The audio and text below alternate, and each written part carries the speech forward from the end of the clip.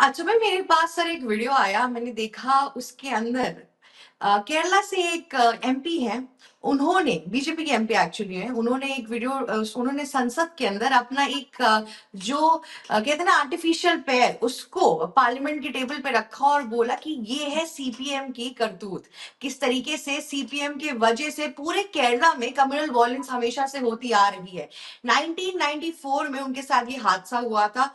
और इस टाइम पे सीपीएम उन्हें सर बोल रही है कि तुम्हारी गलती है, तुम डिसरिस्पेक्ट कर रहे हो पार्लियामेंट में, और तुम राज्यसभा पे अपना पैर कैसे रख सकते हो। पर एक्चुअल में उनका जो पूरा मोटिव था वो तो एक बहुत सिंपथाइजिंग वे में था कि आप देखिए कि मैं किन किन चीजों से आरएसएस वाले इतने टाइम से केरला के अंदर गुजर रहे हैं। सर, ये जो हाईलाइट सामने आया है, इसमें सीपीएम एक तरफ कहती है कि आपने राज्यसभा को डिसरिस्पेक्ट कर दिया है, दूसरी तरफ बीजेपी एमपी कहते हैं कि हमने डिसरिस्पेक्ट नहीं किया, हम बस बताना चाह रहे हैं कि कम्युनल वायलेंस कितना ज्यादा था केरला के अंदर, हिंदुओं के साथ क्या प्रताड़ना हुई है, इन सब चीजों पे बात की गई है। आपका क्या टेक है जी, इसके ऊपर सर? मैं यही जिस वीडियो की आप चर्चा कर रही हैं वो वीडियो मेरे पास भी आया है। मैं भी इस वीडियो को देख रहा हूँ। श्री, ये वीडियो मुझे लगता है कि भारत में फिलहाल 100 करोड़ हिंदुओं को देखना चाहिए, पूरे केरल के हिंदुओं को देखना चाहिए। इस वीडियो में एक ऐसे दर्द की कहानी आपको इस देश की संसद में नजर आएगी जिस दर्द को कभी बताया नहीं गया, जिस दर्द से इस देश को कभी परिचित नहीं कराया गया, जबकि कोशिश की गई वामपंथियों के द्वारा कि इस दर्द को छुपाया जाए। मरहम लगाने की बात तो दूसरी थी। ये 31 साल पुरानी कहानी है सदानंद मास्टर की। सदानंद मास्टर जब उन्होंने अपनी जिंदगी की शुरुआत की तो स्कूल के दौरान तो वो भी कहीं ना कहीं वामपंथी विचारधारा से दूर थे और वो राष्ट्रीय स्वयंसेवक संघ से प्रभावित थे। वो देखा करते थे कैसे राष्ट्रीय स्वयंसेवक संघ केरल में राष्ट्रगीत गाता है, राष्ट्रवादी विचारधारा को बढ़ाता है। लेकिन जब वो 12वीं पास करके स्कूल के बाद कॉलेज में पहुंचे तो कॉलेज में उस वक्त केरल में क्या होता था, एसएफआई के मूवमेंट्स चलते थे। ये जितनी वामपंथी स्टूडेंट विंग्स थी इनका वर्चस्व होता था। तो दो ही आपके पास ऑप्शन रहते थे, या तो आप प्रभावित हो जाते थे वामपंथी विचारधाराओं से, और अगर आप प्रभावित नहीं होते थे तो आपके पास एक मजबूरी हो जाती थी कि आपको वामपंथियों के साथ ही जाना है। सदानंद मास्टर के साथ भी कुछ वैसे ही हुआ था। स्कूल के दिनों में तो वो राष्ट्रवादी विचारधारा को अपनाते थे, राष्ट्रीय स्वयंसेवक संघ की विचारधारा को देखते थे, लेकिन जब वो कॉलेज में पहुंचे तो वो वामपंथी विचारधारा में घुल गए और वो वामपंथी विचारधारा में सक्रिय हो गए, एसएफआई के एक्टिविस्ट हो गए। और उनका पूरा परिवार भी सदानंद मास्टर का वामपंथी विचारधारा में घुला हुआ था। लेकिन धीरे धीरे वक्त के साथ जब उन्हें इस बात का एहसास हुआ, क्योंकि देखिए जब तक आप किसी विचारधारा से जुड़ते नहीं हैं तब तक आपको उस विचारधारा के गुण और अवगुण नजर नहीं आते हैं। जब सदानंद मास्टर ने देखा कि ये वामपंथी विचारधारा तो मार्क्सवाद को लेकर देश के विरोध में आपको खड़ा करती है, ये तो आपको राष्ट्र के खिलाफ खड़ा करती है, आपको सनातन के खिलाफ खड़ा करती है, आपकी अपनी संस्कृति और परंपराओं के खिलाफ खड़ा करती है। सदानंद मास्टर समझ गए कि ये जो आपकी वामपंथी विचारधारा है ये उनके लिए नहीं है। साल 1984 में सदानंद मास्टर राष्ट्रीय स्वयंसेवक संघ से प्रेरित हो जाते हैं और ये अपने आप में एक ऐतिहासिक लम्हा था, एक ऐतिहासिक पल था केरल के लिए कि कैसे एक वामपंथी विचारधारा में घुले हुए व्यक्ति राष्ट्रीय स्वयंसेवक संघ का दामन थामते हैं, राष्ट्रवाद की विचारधारा पर आगे बढ़ते हैं, राष्ट्र की चेतना बढ़ाते हैं। और इसके बाद वो कन्नूर में राष्ट्रीय स्वयंसेवक संघ के एक सक्रिय कार्यकर्ता बन गए, स्वयंसेवक बन गए। और उनका जो उद्देश्य होता था वो राष्ट्रवादी विचारधारा पर बढ़ना, लोगों को राष्ट्र के प्रति चिंतन करने के लिए सलाह देना, उन्हें राष्ट्र के हितों की बातें बताना, ये सब चलने लगा था। और इन दोनों कन्नूर में राष्ट्रीय स्वयंसेवक संघ का जो बोलबाला है वो बढ़ रहा था। लेकिन वामपंथी विचारधारा ये सहन नहीं कर पा रही थी, क्योंकि वामपंथियों की एक विचारधारा है कि ये आपको हिंसात्मक तौर पर रोकने की कोशिश करती है, क्योंकि विचारधारा इनकी उतनी मजबूत नहीं है। देखिए, आप जब राष्ट्रवादी विचारधारा की बात करते हैं तो कभी डंडे के बल पर, कभी तलवार की नोक पर राष्ट्रवादी विचारधारा नहीं कहती है कि आप राष्ट्र के प्रति समर्पित हो या आप राष्ट्र के लिए आगे बढ़ो। ये वैचारिक तरीके से आपको राष्ट्र के लिए मोड़ती है। वामपंथी विचारधारा इससे इतर थी, उसने हिंसा का सहारा लिया।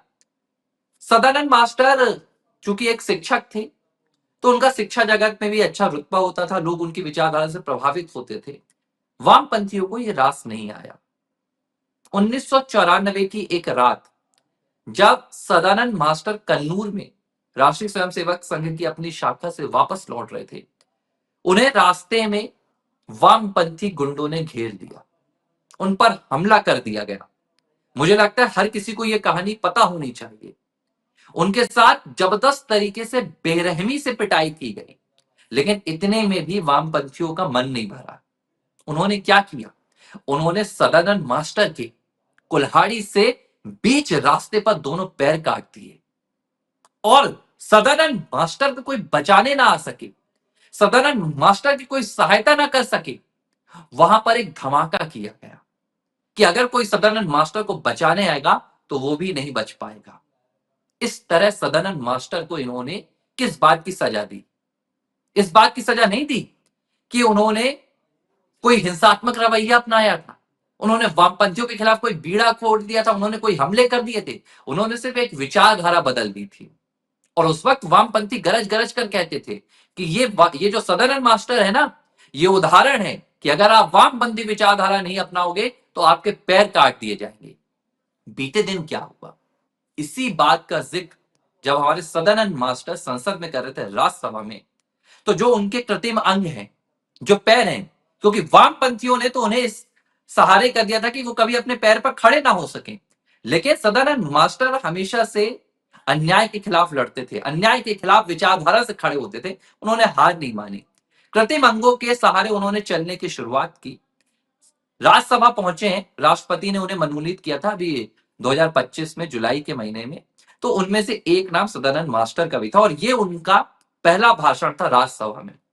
अब मैं आपको एक बात बोलूंगा, शायद जो आप सुनकर आपकी आंखों में आंसू भी आ जाए, जो हमारे दर्शक सुन रहे हैं।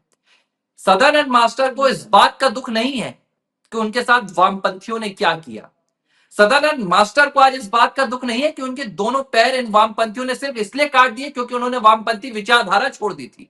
बीते दिनों संसद में सदानंद मास्टर ने कहा कि मुझे इस बात का अफसोस है कि आज ये मेरा पहला भाषण है और मैं अपने पैरों पर खड़े होकर नहीं दे पा रहा, मैं संसद की गरिमा का ध्यान नहीं रख पा रहा।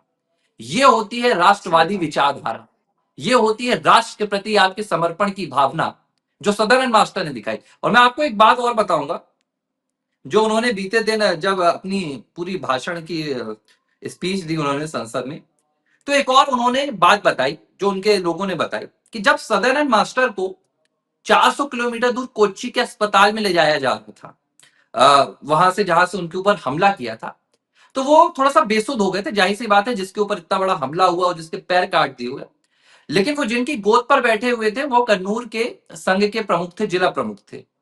उनकी गोद में बैठे हुए सदानंद मास्टर कुछ ना कुछ गुनगुना रहे थे, तो उन्हें लगा कि शायद सदानंद मास्टर उन लोगों के नाम बताने चाह रहे हैं जिन्होंने उन पर हमला किया था। लेकिन जब उन्होंने ध्यान से सदानंद मास्टर को सुना तो वो पंक्तियां कौन सी थी मैं आज एबीसी के इस मंच पर सुनाना चाहूंगा, ताकि लोगों को पता चले कि राष्ट्रवाद की लड़ाई क्या होती है। मरणासन हालत पर सदानंद मास्टर ने जिन पंक्तियों को पढ़ा था वो क्या थी? क्या हुआ जो एक पत्ता टूटकर गिरा जमीन पर, कल नई कोपलें आएंगी, नव पर्णों से सजेगा वृक्ष, एक सदानंद गिरा मातृभूमि पर, दूसरा सदानंद आएगा, हिंदू राष्ट्र गौरव वैभव नित आगे बढ़ता जाएगा। ये थी उनकी भावना। बहुत खूब बोल रहे हैं आप मोहन सर, बट मेरा एक सवाल यहाँ पर ये भी बहुत टाइम से मेरे दिमाग में, अगर आप केरला का पूरा पॉलिटिकल इकोसिस्टम देखें, हमने एक चीज नोटिस की है कि जो मलयाली है, जो केरला के लोकलाइट्स हैं, उनको बीजेपी बहुत टाइम से नहीं पसंद थी। क्यों नहीं पसंद थी? क्योंकि उनको लगता था कि एक डिविजन होता है हिंदू और मुस्लिमों के बीच में, और वो इस तरीके की कम्युनल वायलेंस अपनी स्टेट के अंदर नहीं लाएंगे। लेकिन अब जो सदानंद मास्टर का पूरा केस सामने है, उससे ये पता चल रहा है कि एक्चुअल में जो कम्युनल वायलेंस इतने टाइम से केरला में हो रहा था वो सीपीएम की वजह से हो रहा था। और तो और इतना ही नहीं, सीपीएम ने उस बात को हमेशा छुपाने की कोशिश की है और अपने लोकलाइट्स, अपनी जनता को हमेशा ये बताया है कि आरएसएस ही दोषी है। इस बार जब चुनाव हुआ उसके पहले जब आरएसएस आई, क्योंकि इतने टाइम से वहां पे जो हिंदू थे वो तंग आ चुके थे वामपंथी विचारधारा से, और सीपीएम की जितनी हालत थी, जो भी थी, हिजाब रो से लेके पता नहीं कितनी जगहों पर ऐसे फालतू में इतने अलग अलग प्रोटेस्ट हुए, अलग अलग चीज हुई जिसका कोई भी यूज नहीं था। लेकिन यहाँ पे जो सीपीएम का पर्दाफाश हुआ इस मैटर को लेके, उससे मेरे दिमाग में एक चीज आ रही है कि किस तरीके की स्ट्रैटेजी विजय बिरन ने रखी थी अपने लिए, किस तरीके से उन्होंने यहाँ पे सबरीमाला का केस को इग्नोर कर दिया, मैं अलग आपको अलग फिर बता भी रहा के हूँ, कहते हैं, ऐसी चीजें चल रही थी। तो इससे आपने ये चीज विजयन समझ में साहब आ का रही है कि नाम लिया एक्चुअल है में, शिवी। हाँ, हम्म। आपने विजयन साहब इससे का ये पता नाम चल लिया रहा है है। मुझे कि हाँ, कि एक्चुअल में अगर मैं बोलूं तो सीपीएम वो थी जिन्होंने अपनी जो पूरी की पूरी जनता थी उसको गुमराह करके रखी थी, और सीपीएम ने बीजेपी को इतने टाइम से आने भी नहीं दिया। सीपीएम ने देखिए, हमेशा सिर्फ और सिर्फ क्यों कांग्रेस आने नहीं को दिया, ही आप ये तो जो सुनिए। बीजेपी क्यों नहीं हाँ, आ पाई ये भी तो आपको पता होना चाहिए। मैं आपको बता रहा हूँ, ये साल तो मैं कह उन्नीस ही सौ रही हूँ कि उनहत्तर गुमराह की। करके रखा था। नहीं नहीं, गुमराह की बात नहीं है। ये जो आपने एक बात बताई ना कि जो वामपंथी विचारधारा है उसको लगता था कि हिंदू मुस्लिम जो वायलेंस है, कम्युनलिज्म है, वो केरला में नहीं आना चाहिए। देखिए, पहली बात तो मैं बता दूं कि जब भी इन दो सांप्रदायिक तनाव हुआ है इन दोनों के बीच में, तो शिकार एक ही हुआ है, वो हिंदू हुआ है। हिंदू जैसा सहिष्णु आपको कहीं और दूसरी जगह मिलते हुए देखते हुए नहीं मिलेगा। आज दुनिया में जितने देश हैं जहां की जनता मेजोरिटी में है, जो धर्म वहां पर मेजोरिटी में है, वहां पर से माइनॉरिटी ही है जो आज दुख झेल रहा है। बांग्लादेश में आप देखिए, बांग्लादेश में हिंदुओं के एग्जैक्टली। ऊपर अत्याचार हो रहे हैं। आप पाकिस्तान में देखिए, वहां हिंदुओं के ऊपर अत्याचार है। क्यों? क्योंकि हिंदू माइनॉरिटी में। लेकिन भारत में ऐसा हो रहा है क्या? 78 साल हो गए आजादी के, हमारे देश में मुस्लिम राष्ट्रपति से लेकर उपराष्ट्रपति, सीजेआई, राज्यसभा, लोकसभा कहां नहीं पहुंचे, मुख्यमंत्री आ जाए। खैर, मैं उस पर नहीं जाऊंगा, तो लेकिन लेकिन विजयन साहब की केरला कहानी में जो आपको मैं पॉलिटिकल बताऊंगा। लीडर्स, मैं हाँ, बता रहा हूं क्यों बीजेपी आज तक राइज करने में उसे टाइम लग गया। देखिए, 1969 का एक दिन था, और हमारे एक वडिकल राधाकृष्णन राष्ट्रीय स्वयंसेवक संघ के स्वयंसेवी थे, वो टेलर हुआ करते थे। शाम को वो अपनी दुकान बंद करके घर वापस आ रहे थे। रास्ते में वर्टिकल रामाकृष्णन को रोका गया, उन पर हमला किया गया। वामपंथी विचारधारा से जुड़े हुए लोगों ने हमला किया, वामपंथियों ने किया। उनकी रास्ते पर मौत हो गई, उनकी हत्या कर दी गई। इसमें 3 लोगों को आरोपी मुख्यता बनाया गया था। आपको पता है इनमें से एक आरोपी कौन थे? जो केरल के मौजूदा मुख्यमंत्री हैं, पिनराई विजयन। उस वक्त पिनराई विजयन जो कम्युनिस्ट स्टूडेंट विंग होती है उसके नेता हुआ करते थे। हालांकि बाद में गवाह नहीं मिले, सबूत नहीं मिले, सब कुछ हुआ, विजयन बरी हो गए मामले से। लेकिन ये आज भी इतिहास में दर्ज है कि उस मामले में विजयन का नाम आया था। वो कैसे बचे ये आप सबको पता है। इस तरह एक नहीं, अब तक सैकड़ों किलिंग्स हो चुकी हैं केरला में। किसकी किलिंग्स हुई हैं? जो राष्ट्रवादी विचारधारा पर चलने वाले नेता होते हैं, जो राष्ट्रीय स्वयंसेवक संघ के स्वयंसेवी होते हैं, भाजपा के कार्यकर्ता होते हैं। अगर आप झंडा निकालकर चल देते थे भगवा, तो आपकी रास्ते पर हत्या कर दी जाती थी। ये केरल में हुआ। केरल में कभी भी इन वामपंथियों ने इन विचारधारा को ही नहीं बढ़ने दिया, हिंसा के सहारे। और इसी को लेकर राष्ट्रीय स्वयंसेवक संघ के वरिष्ठ प्रचारक है जे नंदा कुमार, उन्होंने पहली बार पूरे देश को इंट्रोड्यूस कराया। किससे? वामपंथी आतंक से, लेफ्टिस्ट आतंक से। ये एक आतंक था जो केरल में सालों साल तक चलता रहा। लेकिन अब धीरे धीरे क्या हो रहा है, जैसे जैसे देश में राष्ट्रवाद की जागरण हो रहा है, चेतना जाग रही है, केरल में भी युवाओं से लेकर वहां के लोगों तक में इसका असर देखने के लिए मिल रहा है। अब मुझे राष्ट्रीय तो स्वयंसेवक संघ, आपको मैं बता दूं, हाँ, सबसे ज्यादा केरल में एक्टिव क्यों है। वहां पर कोई राष्ट्रीय स्वयंसेवक संघ के पदाधिकारी ही रहते हैं, वो चले जाते हैं, इसलिए एक्टिव नहीं है। आज 5142 शाखाएं केरल में लग रही हैं। किसकी बदौलत लग रही हैं? वहां के राष्ट्रवादी लोगों की बदौलत लग रही है, जो वहां की राष्ट्रवादी विचारधारा उभर रही है।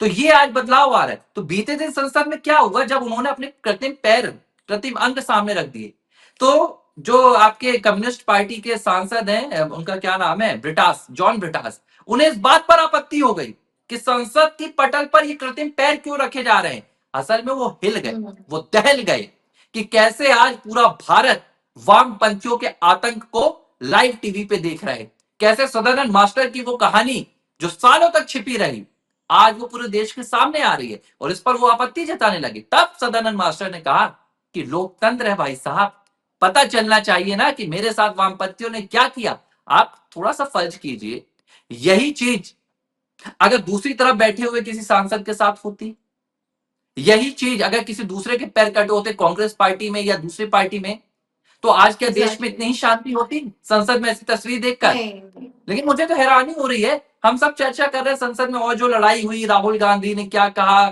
ठीक है। लेकिन मैं अगर बीते दिन संसद के दोनों सदनों की किसी एक तस्वीर पर चर्चा करना चाहता था, तो वो यही थी सदानंद मास्टर की। एबीसी हिंदी न्यूज, आज ही जुड़िए हर खबर के साथ